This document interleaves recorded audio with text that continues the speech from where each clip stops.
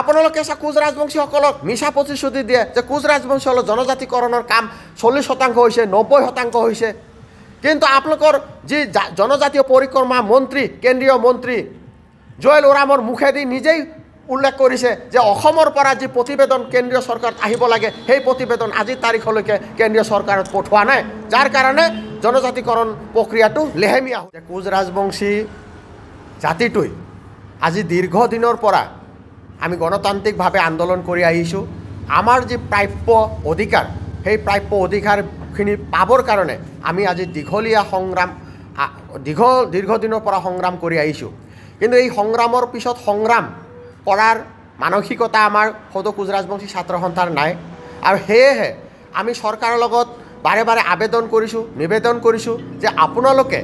আমাৰ যি প্ৰাপ্য অধিকাৰ এই প্ৰাপ্য অধিকাৰখিনি আমাক দিয়ক কোচ ৰাজবংশীসকলৰ যিখিনি সমস্যা আছে এই সমস্যাখিনি অতি শীঘ্ৰে সমাধান কৰক আজি চাওক অসমত যিবিলাক চৰকাৰ আহে আগতে পূৰ্বতে কংগ্ৰেছ চৰকাৰ আছিলে তেওঁলোকে কিন্তু আমাক কোচ ৰাজবংশীসকলক ঠগিলে তেওঁলোকে দীৰ্ঘদিন তেওঁলোকে অসমত শাসন কৰিলে কেন্দ্ৰত শাসন কৰিলে তেওঁলোকে কিন্তু কোচ ৰাজবংশীসকলৰ সমস্যাখিনি সমাধান নকৰিলে যাৰ পৰিপ্ৰেক্ষিতত বিজেপি চৰকাৰ আহিলে বিজেপি চৰকাৰে প্ৰতিশ্ৰুতি দিছিল যে তেওঁলোকে যদি চৰকাৰ গঠন কৰিব পাৰে তেতিয়াহ'লে অতি কম সময়ৰ ভিতৰত কোচ ৰাজবংশীসকলৰ যি সমস্যা আছে এই সমস্যাখিনি সমাধান কৰি দিব কিন্তু দুখৰ বিষয় আজিৰ তাৰিখলৈকে বৰ্তমান সময়লৈকে কিন্তু কোচ ৰাজবংশীসকলৰ যিবিলাক সমস্যা আছিল সেই সমস্যাৰ ভিতৰত এটাও সমস্যা আজিৰ তাৰিখত সমাধান হোৱা নাই যাৰ কাৰণে আমি দুখ পাইছোঁ চৰকাৰক আমি ধিক্কাৰ দিছোঁ গৰিহণা দিছোঁ যে আমি কোচ ৰাজবংশী ছাত্ৰ সন্থাই গণতান্ত্ৰিকভাৱে আন্দোলন কৰাৰ কাৰণেই আপোনালোকে কি আমাক গুৰুত্ব দিয়া নাই নেকি কোচ ৰাজবংশী ছাত্ৰ সন্থাই আজি দীৰ্ঘদিনৰ পৰা আমি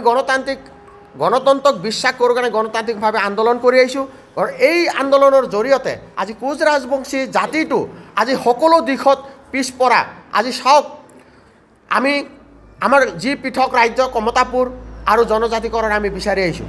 আজি পৃথক কমতাপুৰ ৰাজ্যখন আমি নতুন ৰাজ্য নহয় আজি যেনেকৈ এই চৰকাৰখনে আজি বিজেপি চৰকাৰখনে অন্যান্য জনগোষ্ঠীসকল সমস্যাখিনি যেনেকৈ সমাধান কৰিছে ঠিক তেনেকৈ আমাৰ দাবী কোচ ৰাজবংশীসকলৰো সমস্যা যিসকল সমস্যা আছে এই সমস্যাখিনি সমাধান কৰক কাৰণ চাওক আজিৰ তাৰিখত আমি কোচ ৰাজবংশীসকলে সকলো দিশতে পিছপৰা আজি শিক্ষাৰ দিশত আজি আমাৰ সংৰক্ষণৰ ব্যৱস্থা নাই ৰাজনৈতিক দিশত আজি সংৰক্ষণৰ ব্যৱস্থা নাই যাৰ কাৰণে আমি কোচ ৰাজবংশীসকলে আমাৰ যি ঐতিহাসিক কমতাপুৰ ৰাজ্যখন কাৰণ ঐতিহাসিক কমতাপুৰ ৰাজ্যখন 1949 চনৰ 28 আগষ্ট তাৰিখে তেতিয়াৰ মুখ্যমন্ত্ৰী তেতিয়াৰ কেন্দ্ৰীয় গৃহমন্ত্ৰী বল্লভভাই পেটেল ডাঙৰীয়া আৰু আমাৰ কোচ ৰজা জগদীপেন্দ্ৰ নাৰায়ণ ভূপ বাহাদুৰৰ মাজত চুক্তি সাপেক্ষেহে এই কমতাপুৰ ৰাজ্যখন ভাৰতৰ লগত চামিল হৈছিল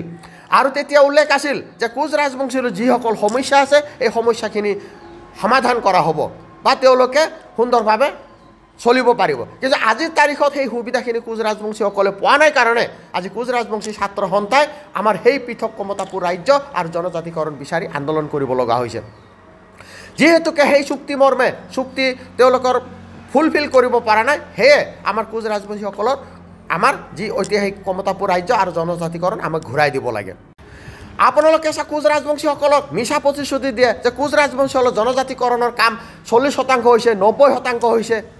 কিন্তু আপোনালোকৰ যি জনজাতীয় পৰিক্ৰমা মন্ত্ৰী কেন্দ্ৰীয় মন্ত্ৰী জুৱেল ওৰামৰ মুখেদি নিজেই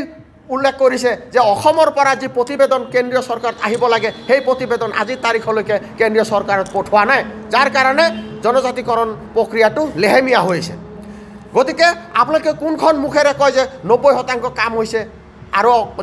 অকণমান বাকী আছে জনজাতিকৰণ হ'ব গতিকে আপোনালোকক দাবী আমি আপোনালোকক আহ্বান কৰিছোঁ আপোনালোকে কম সময়ৰ ভিতৰত অসম চৰকাৰৰ যি প্ৰতিবেদন সেই প্ৰতিবেদন কেন্দ্ৰীয় চৰকাৰত দাখিল কৰক লগতে কম সময়ৰ ভিতৰত কোচ ৰাজবংশীসকলৰ সমস্যাখিনি সমাধান কৰক সেইকাৰণে আপোনালোকে যিহেতুকে আপোনালোকৰ প্ৰতিশ্ৰুতি দি কেনে প্ৰতিশ্ৰুতি ৰক্ষা কৰা নাই সেয়ে আমি সদৌ কোচ ৰাজবংশী ছাত্ৰ সন্থাই লগতে কোচ ৰাজবংশী সন্মিলিত মঞ্চই অহা এই জানুৱাৰীৰ 21 জানুৱাৰী তাৰিখে আমি ৰাতিপুৱা 5 বজাৰ পৰা সন্ধিয়া 5 বজালৈ 12 ঘণ্টীয়া অসম বন্ধ আহ্বান কৰিছোঁ আৰু আপোনালোকৰ জৰিয়তে সমগ্ৰ অসমৰ জনগণক আমি আহ্বান জনাইছোঁ আমাৰ যি অধিকাৰ, সেই অধিকাৰৰ কাৰণে আমি অনিচ্ছা সত্ত্বেও কিন্তু আজি অসম বন্ধৰ দৰে কাৰ্যসূচী ল'বৰ কাৰণে বাধ্য হৈছোঁ। গতিকে অসমবাসী ৰাইজক আপোনালোকৰ যাতে আহ্বান জনাম, 21 জানুৱাৰী তাৰিখটোত যাতে সকলোৱে তেওঁলোকৰ ব্যৱসায় প্ৰতিষ্ঠানসমূহ বা তেনেকুৱা ধৰণৰ দোকান পোহাৰ বন্ধ কৰি আমাক সহযোগিতা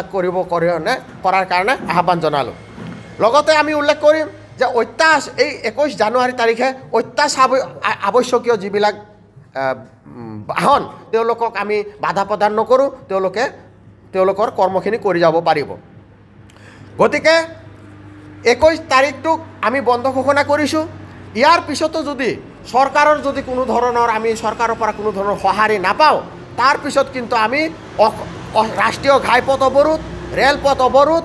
ধৰণৰ কাৰ্যসূচী ল'বৰ কাৰণে কিন্তু আমি বাধ্য হ'ম। আৰু এই কাৰ্যসূচীবোৰ লওঁতে যদি কিবা অপ্ৰীতিকৰ ঘটনাৰ সৃষ্টি হয়, তাৰ কাৰণে কিন্তু অসম চৰকাৰ হিমন্ত বিশ্ব শৰ্মা ডাঙৰীয়া দায়ী হ'ব। কাৰণ তেওঁ হুমকি দিছে যে মোৰ দিনত কোনো আন্দোলন কৰিব নোৱাৰে, আমি নিজৰ প্ৰাপ্যৰ কাৰণে আমি গণতান্ত্ৰিকভাৱে আন্দোলন কৰিম। গণতন্ত্ৰৰ দেশ হয়, গতিকে আমি কাৰো হুমকিক ভয় নকৰোঁ। গতিকে 21 তাৰিখৰ পৰা আমাৰ আন্দোলন কাৰ্যসূচী আৰম্ভণি হৈছে। 21 তাৰিখে আমি অসম বন্ধ ঘোষণা কৰিছোঁ। যদি ইয়াৰ পিছতো চৰকাৰে কোনো ধৰণৰ আমি সঁহাৰি নাপাওঁ, তাৰপিছত 23 তাৰিখে আমাৰ 21 তাৰিখ 22 তাৰিখ মাজতে যাব। 23 তাৰিখে আমি আকৌ আমাৰ মিটিং হ'ব। সেই মিটিঙত আমি আকৌ ঘোষণা কৰিম যে কোচ ৰাজবংশীসকলৰ সমস্যা সমাধানৰ কাৰণে আমি ৰেলপথ বা ৰাষ্ট্ৰীয় ঘাইপথ অৱৰোধ আৰু তেনেকুৱা ধৰণৰ কি কাৰ্যসূচী ল'ব পৰা যায় আমি 23 তাৰিখে পুনৰাই ঘোষণা কৰিম। এয়া আপোনালোকৰ জৰিয়তে আমি চৰকাৰক আৰু অসমবাসী ৰাইজক জনাইছোঁ। গতিকে অসমবাসী ৰাইজক মই পুনৰাই কৈছোঁ, অনিচ্ছাকৃত হ'লেও আমি অসম বন্ধ দিবলৈ বাধ্য হৈছোঁ। গতিকে আপোনালোকে সকলোৱে আমাক সহায় সহযোগ আগবঢ়াব বুলি আশা ৰাখিছোঁ।